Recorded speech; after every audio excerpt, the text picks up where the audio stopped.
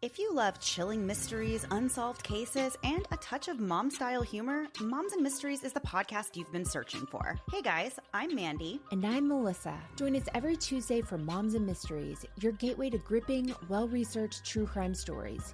Each week, we deep dive into a variety of mind-boggling cases as we shed light on everything from heists to whodunits. We're your go-to podcast for mysteries with a motherly touch. Subscribe now to Moms and Mysteries wherever you get your podcasts. Welcome to Schmactors, a podcast series that seeks to answer the question, are Hollywood actors all spoiled, vapid, vacuous, and vain ingrates, or do some of them actually have interesting views on issues of the day? Or is it a mixed bag? James Marsters and Mark Devine are putting themselves to the test. They're leaving it up to you to decide if they're interesting or just plain nuts. Listen as they peel back their craniums, share the surprising thoughts that fill their heads, and draw back the curtain on the world's zaniest town. Hey, James and Mark, we're back again. How are you guys doing today? Oh, excited. So good. Jason, thank you for having us back. I have the tickle fingers right now, and I so want to reach through the screen and tickle Marster's hair. Oh, you're doing it virtually. Up and down. Whoa. Stop it. I'm so happy. I was worried because we were asking people to email questions to us at schmactors.com. But then it occurred to me, Schmactors is actually a hard word to spell. Like you'd think it's S-H. I kept putting in S-H. Schmactors, Yeah. But it's S-C-H-M. Yeah. Actors. That's from my people. Just so you know, everybody out there, S-C-H-M actors.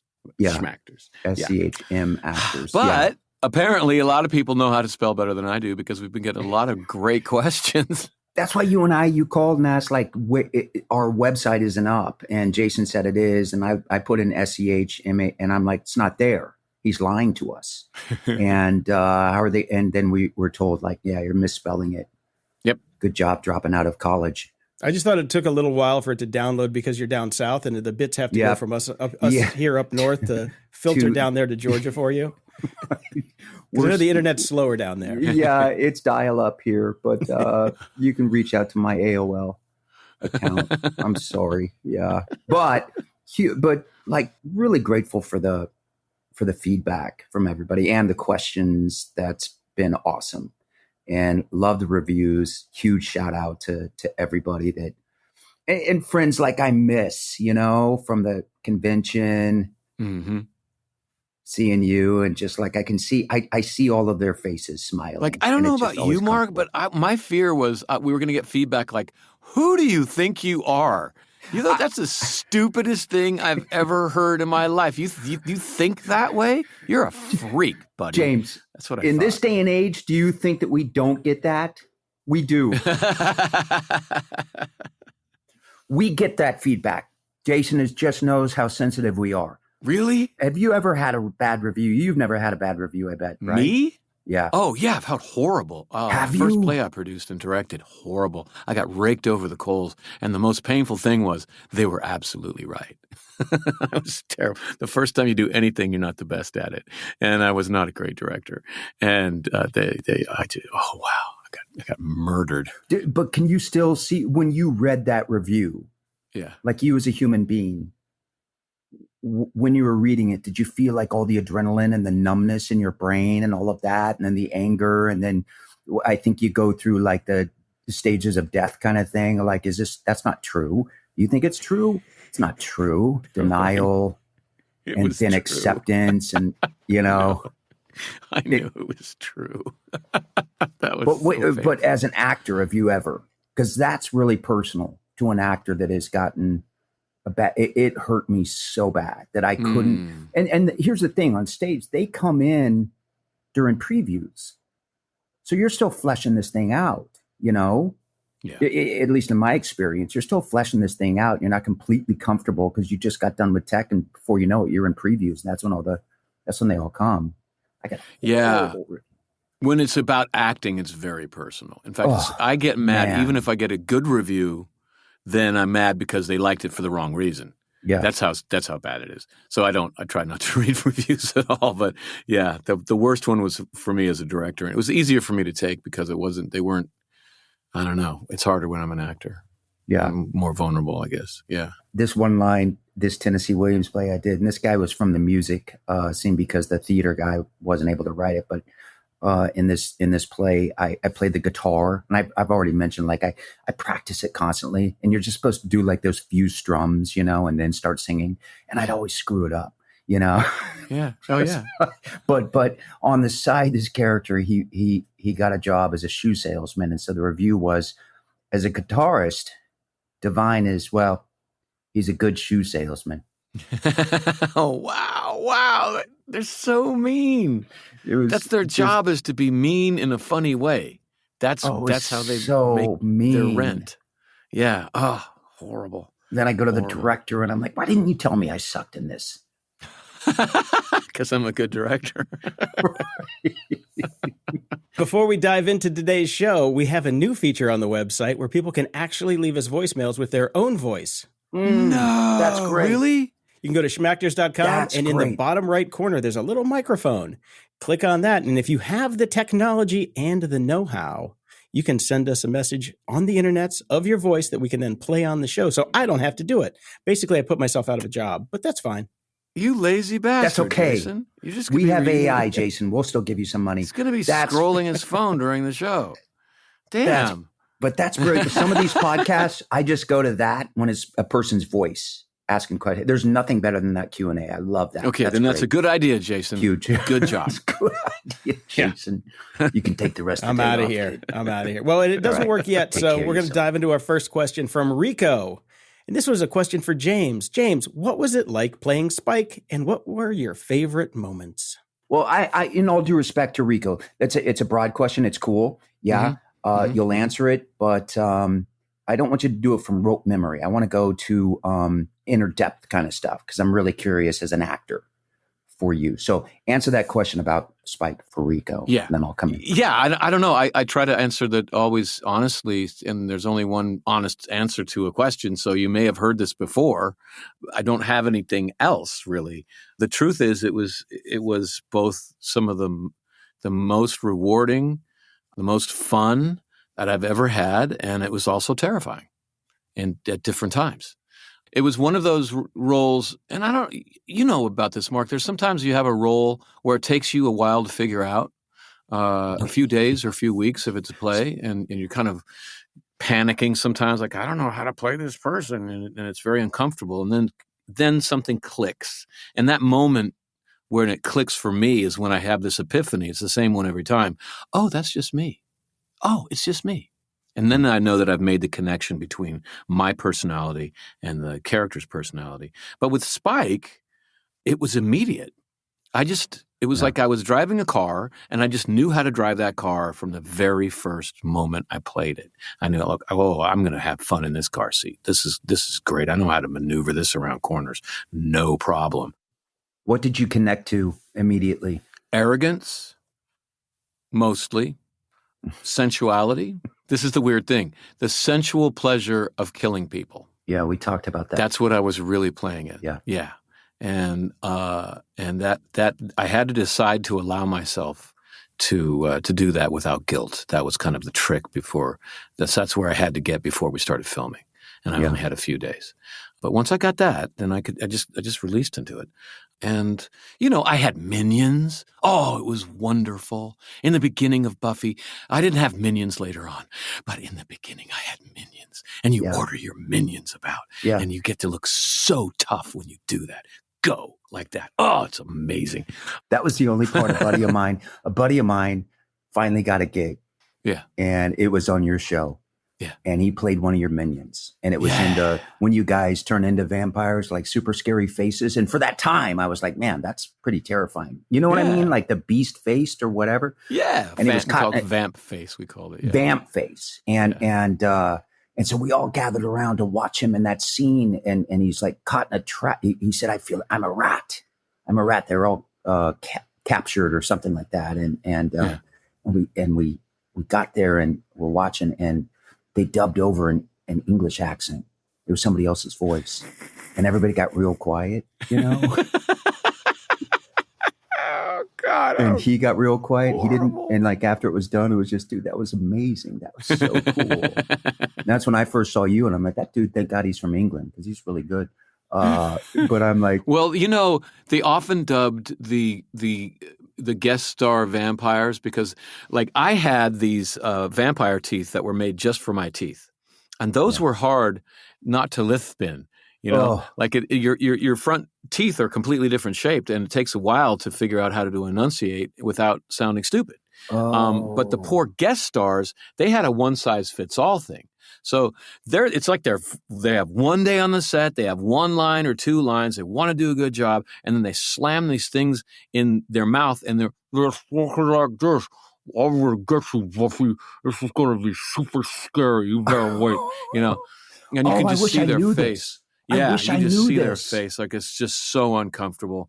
And then they usually let the same actor dub themselves later, but I guess they decided they wanted an English accent because I was an English vampire, maybe. I don't know. I think so. I'm not sure. Andy McDowell got completely replaced by Glenn Close. All of her dialogue was replaced by Glenn freaking Close for Tarzan. Oh, wow. Yeah, it was the Tarzan starring the guy that was in Highlander. Jason, you know this guy. Who's this guy? Lambert? Christopher Lambert. Let me look at the Highlander poster that is above my desk right here. And that would be Christopher Lambert, yes. Lambert. Christopher Lambert.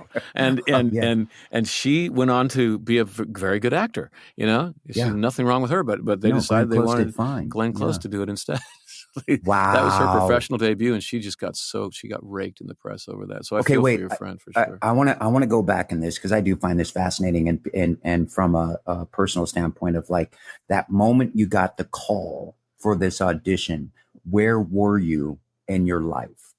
I was in my apartment in Northern Hollywood on Cahuenga Boulevard, $600 for a 2-bedroom apartment, Mark.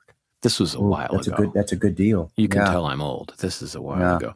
And not a bad neighborhood, actually. Yeah. And I had just told my agent, like, I'm willing to do anything. I'm not down here to prove myself as an actor. I'm not down here for Academy Awards or Emmys or anything like that. I'm just here to try to find money to pay for diapers and formula and healthcare. But you probably did say no commercials, right? Yeah. Well, I didn't even get a commercial agent.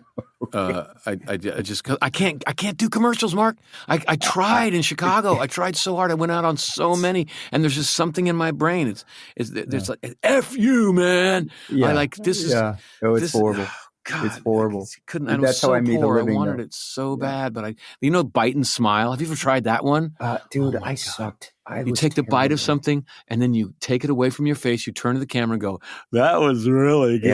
Yeah. And I just can't do that. I can't. Yeah, no, it's not really acting. Well, I look at it as like you got to just commit. It's like soap opera actors. I think are phenomenal because they commit, and that's hard to do. And I remember the very first one I got was the Sensodyne toothpaste, where my wife's coming in carrying 3 bags of groceries, and I'm sitting at the table reading a paper, and she said, "I've got good news for you, honey. I found a new toothpaste for your sensitive teeth." And I said, "Well, you can take it back because I like my Sensodyne." And she says, "This is new improved ultra white Sensodyne by da da da da da da da." But everybody's like, "What a dick you are! You're sitting at the table and you say you can take it back. What is that?" And I'm like, "I don't know. It was my first. I didn't think about it. That wouldn't the guy get up and help her with the groceries and then tell her to take it back? Be firmer. Be angry with her again, Mark. She screwed it up again. Take it back." You were doing method acting for Sensodyne. I just hated it. I hated it. So, all right. So I want to stick with you. So I had told my agent I'm willing to be the new Urkel. Yeah. I'll be the new Alf. I don't care. I need money. And she loved that. She was like, "Oh, we're going to have a great relationship, right?" But here's the thing. All of us would. Yeah. We'll do anything. We're poor. We need money. We need food. Yeah, we need work. So they called me for the Buffy audition, and I actually said, "Oh, no, not that." I said, I saw the movie. It was kind of cheesy. I don't think I want to do that. they were like, what? But my agent just said, look, James, it's on tonight. Why don't you watch it and call us back and see if you want to audition for this tomorrow? And I watched 15 minutes and I called them and I was like, holy crap, this is amazing. The writing is incredible. Yes, I want to do this. Oh my God. And I got really, kind of nervous. Yeah. And, I don't even think I finished watching the episode. I just started working on the script. And so while you're working on that script, do you remember what the audition was? It was a scene where I come in and kill this kid called the Anointed One. Yeah. And then take over his gang. And Drusilla is with me, and we're like, oh, we're coming in and we're going to take over your thing. Here we are. And you don't have a prayer. And that's Juliet, right? Yeah. Was Juliet on it already? Yes, she was pre-cast. The role was written for her. And they were just looking for someone who paired well with Juliet. I knew nothing about that at the time. I just knew I was going in to read. And I went in to read, and they wanted an English accent, and I guess they liked it because they called me back. Okay, so hold on. So while you're driving there, this is how specific I want to get, because I'm really fascinated. As you're driving to the audition, so when you're going over that script, so you're reading that script, you're what do you do as an actor to personalize that? Are you just trying to get the lines down? Are you just running memorization right then? How do you do it? Well, yeah, I need to know the lines so well that I can't say them wrong. Yes. How do you do that? If I'm going to have fun, then I have to do that. And that's just repetition. That's just brute force work and spending a lot of time running those lines. Do you put your cues on tape? Now I do. Back then I did, iPhone wasn't around and I didn't have a tape recorder, so I couldn't afford a tape recorder. So I would just have the script, and I put a piece of paper over the script and just reveal one line at a time. Yeah. Just go down. But now it's just amazing. I just read my cues into my iPhone and then pause a little bit for my lines silently. It's kind of funny because you can hear my lips moving for my line. So I'm like, hi, James, how you doing? Really? That's amazing. Why are you wearing that coat? Like that. Oh, I'm so glad I'm not the only one. But that was hard. And so you got it to the point that you were so comfortable you could say it like a prayer. Yeah. And then you could absolutely arrogant. It fit the role perfectly because I was like, I can do this English accent. No other all American actors suck down here in Los Angeles. I'm going to come in with actual acting chops and I'm going to mop the floor with these fools. Oh my God. I had so much to learn at that point, but I'm glad I didn't know it. Yeah.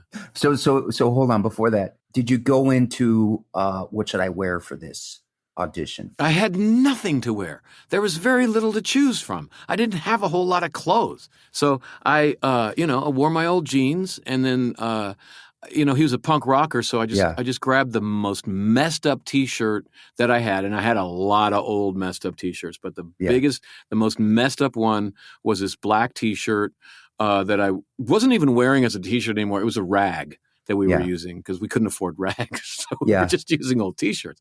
Yeah. So this thing, like, those T-shirts, like, because T-shirts are like cotton and polyester blend. Yeah. So what it is actually a polyester weave, and then they put the cotton in the little holes of the polyester. Somehow that's the industrial Okay, that's too detailed. Process. Yeah, gotcha. Anyway, so this was so old. There's no more cotton left. It was just just a very thin weave. Oh, I know exactly what you're talking about. Right? Yeah. And I wore that.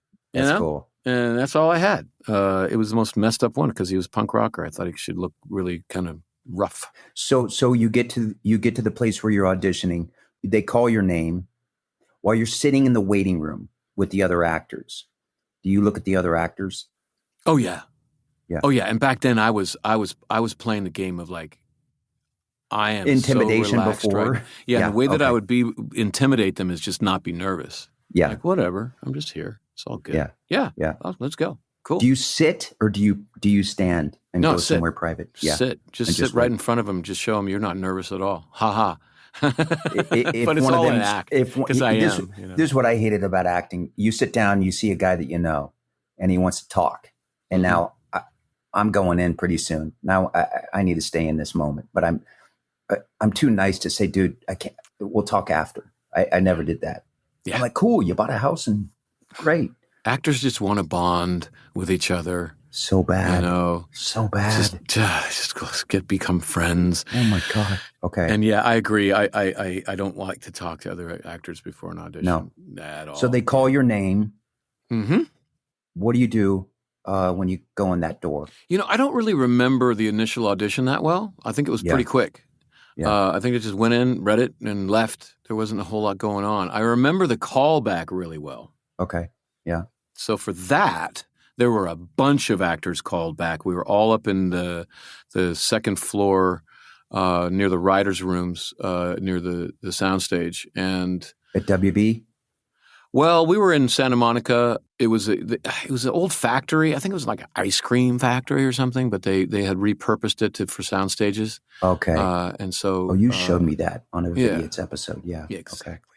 And there were all these actors. And so I was just, again, feeling like I was the only real actor within a 10-mile radius of this audition. I had no respect for film actors whatsoever. Yeah. The Film Actors Guild. Yes. I did not have the respect that I have now. I'll put it that way. Yeah. But I'm glad I didn't because I was very arrogant. Yeah, I was very arrogant. And so I was doing Shakespearean monologues to the wall.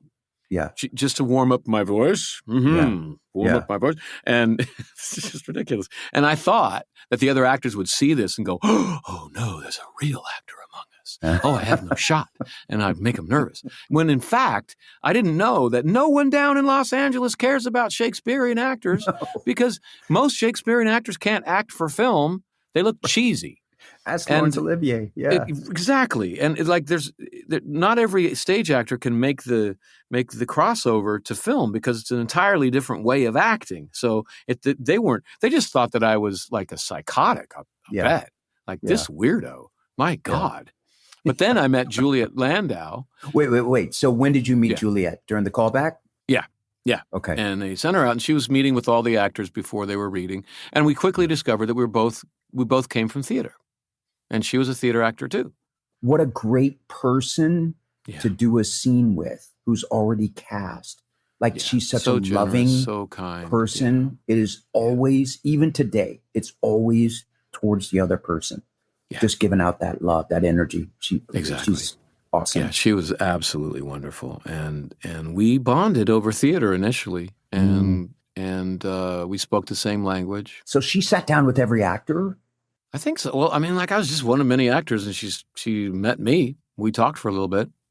Love it. She must have done it with everyone else. I was staring at the wall doing Shakespeare. I don't know. and we took that bond into the audition. They asked me. I remember they asked me if I was ready. Are you ready? All the producers are sitting there, and I'm like, born ready. And I was like, that's how arrogant I was. I was like, if I breathe, I'm ready. Let's go. Right. Right. But that's perfect for Spike. Oh, that already gives me anxiety right now.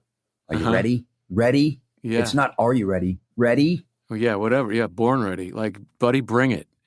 Throw something at me. I'll catch it. Like, this is not hard for me. I'm an actor. Yeah. But it was perfect for Spike. It was perfect. This arrogant little prick comes in, and he's auditioning for Spike. And it's just like, great. Well, this is it. That's the character, actually. I think they cast it before you open your mouth doing the scene. They might have, yeah. I think, I swear to God, I think when you walk in that door, they know that's the guy. Mm-hmm. And so you and Juliet start the scene. Yeah. Have you rehearsed it with her? Yeah. Real quick. Not much. Real quick. Yeah, I think we read it and then we talked about it a little bit. Not much. Oh, God bless her. God bless her. Okay. And then in the audition, just organically, there's a moment that is remembered where we kind of put our foreheads together and then we both turn to the camera and it's going to be like, hi, here we are. And you don't know, you've never seen that, but it's a remembered image. Yeah. And we did that just instinctually. We just kind of did that organically in the audition and we finished. And one of the producers, David Greenwald, goes, I love these two. And I was like, oh, baby. That gave me goosebumps. I think I might be in because I think I was aware that they were going to be shooting the character. They needed to start shooting in 3 days. They had their backs up against the wall. Mm-hmm. They want you to be the guy. Yeah, they were looking for someone and they hadn't found him, and they were scraping the bottom of the barrel because they found me.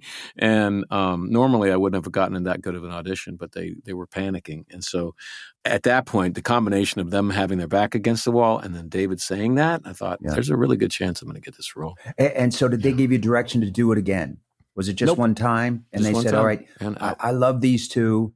And then you said, all right, what did you say going out? I don't remember. I was trying to come up with, okay, you'd be lucky to have me. No, yeah. I didn't say, I think I just said, well, thank you, and then left. I think I didn't want to ruin it. And so when you went home, were you excitedly nervous, thinking your life might change? I don't remember. I imagine I was. I don't know that I didn't think my life was going to change because I didn't know that it was a large role. I was only given that scene to read. Right. And I do remember getting the part and then getting the script, and it's like Spike is all through the episode. Oh. And I'm just like, this is amazing, honey. Look at this. I'm all through the script. It's a big role, hon.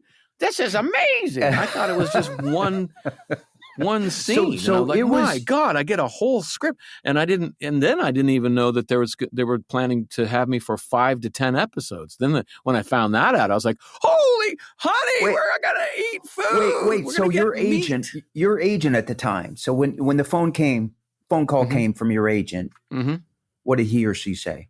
That I got the role, or that I got the audition? That you got the role. Do you remember? I don't remember. They didn't explain this is a 5 episode character arc? Or did you just think this is going to be a guest star? I don't know. Yeah. You know what? That's a good question. They probably did. My memory around this is a little hazy, and I don't want to make up lies. Yeah.